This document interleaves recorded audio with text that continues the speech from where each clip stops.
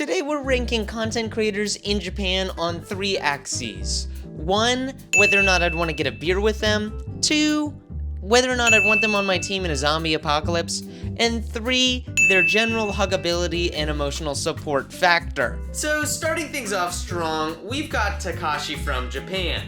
Now, given the fact that if the Japanese apocalypse were to happen right now, it would basically all be in Japanese for me, I'm gonna give him a higher score because he's fluent in Japanese. Which means that when and if I were to get into a zombie apocalypse scenario, he would be very useful in order to negotiate with bandits and whatnot on our behalf. In terms of beer drinkability, this guy does podcasts, he's pretty chill, he's about the same age as me. I think we'd have a ton to discuss, actually. But when it comes to huggability, I don't see a whole lot of softness in this guy. So for that, I'm gonna give him A tier on this list. He does a good job at being a zombie apocalypse partner. I definitely have a beer with the guy. I bet you we could get up to some fun stuff. Huggability scores got him a little bit lower on the tier list. Coming up next, we've got Abroad in Japan. This guy's the highest on our list of huggability. I mean, just look at him, right?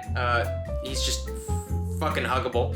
And so he's gonna have the highest score there. In terms of whether or not I want him on the zombie apocalypse, right? It seems he's got a good endurance stat, right? Given all of the cycling and all of the other things that he does throughout the country. He's got good survivability knowledge since he has been all over Japan. And maybe his wisdom and aggression towards life. I'm gonna give him a high score on the zombie apocalypse measure. Now, in terms of whether or not I'd grab a beer with him, he's a Brit. So the answer is yes, S tier. We've got CDawgVA. Survivability in terms of a zombie apocalypse, instantly low. Look at what this guy looks like when he's being massaged. Yeah.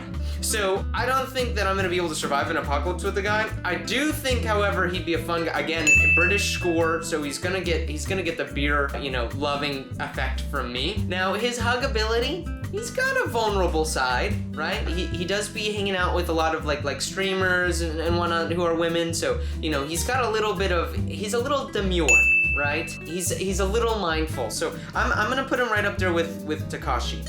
A tier. Now, Jesseogn, he seems like he's a sweet dude, probably doesn't drink a whole lot of beer, right? He just seems too lovable and wholesome to go drinking. His physical endurance and strength stat are really high, which is a good thing, but also a bad thing when it comes to zombie apocalypse or survivability. I feel like worst case scenario, although he's sweet, in the event of an apocalypse, he would definitely throw me under the bus, right? Like if you had one of those snapping moments, and he owes me nothing, so why would he preserve my life over his own, right? So I'm gonna put him in mid tier. I could not outpace this guy, and I probably couldn't outfight him.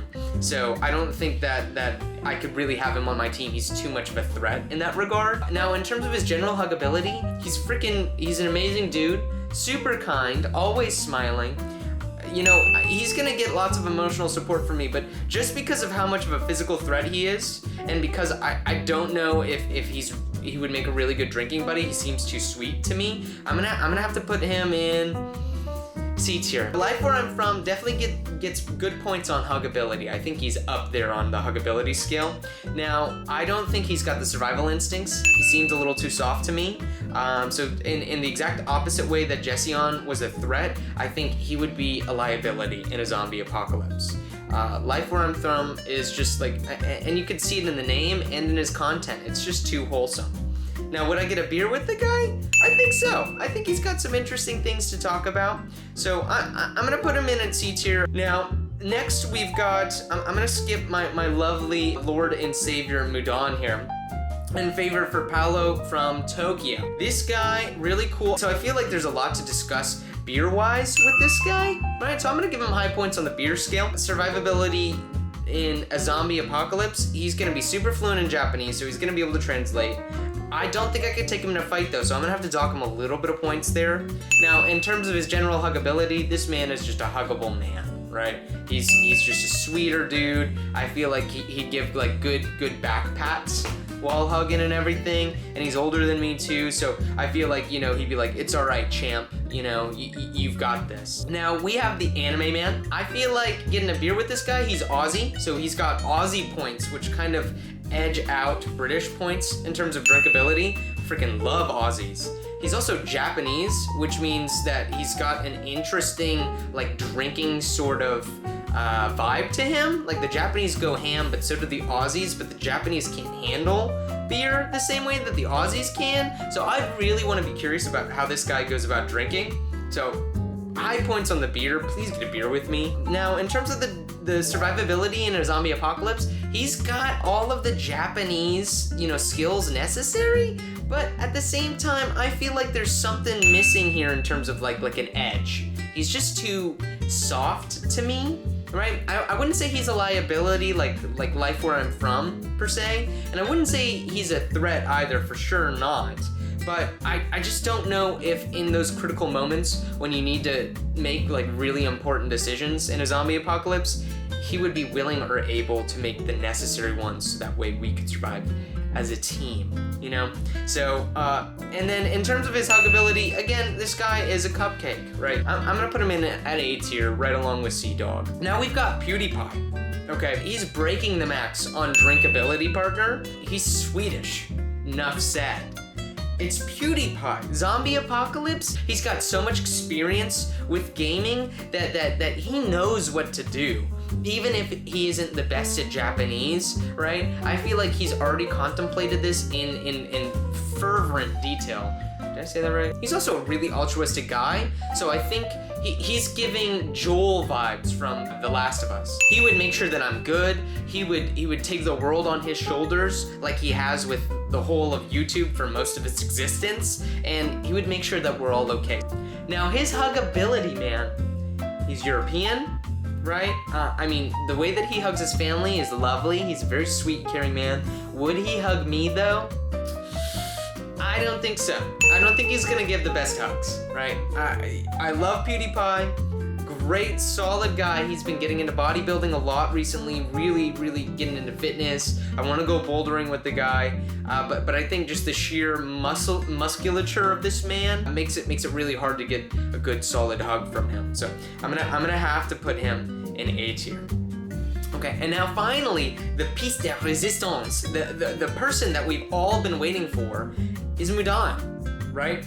In terms of getting a beer with this guy, he's from Estonia. That's all that they do in Estonia. So he's way up there. He knows how to drink, for sure.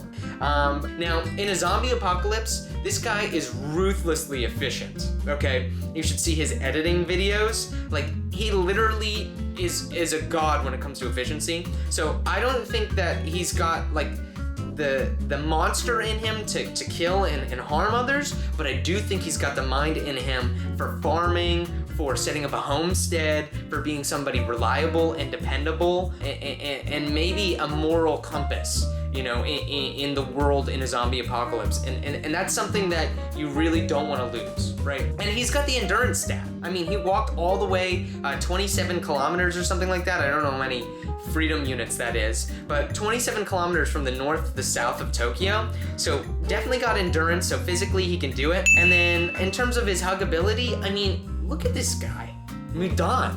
He's super huggable. So we're gonna put him in at S tier with Abroad in Japan. So I'm on day 5 of my challenge with Mudan. In order for me to meet with him and collaborate with him, and I'm gonna make him speedrun all of the biggest temples in Tokyo, I think. There's this one guy who keeps commenting it, gets likes. In order for me to go collaborate with him and make him do this thing, I need to get 1,000 subscribers, I need to post every day for 30 days, and I need to wear women's lingerie.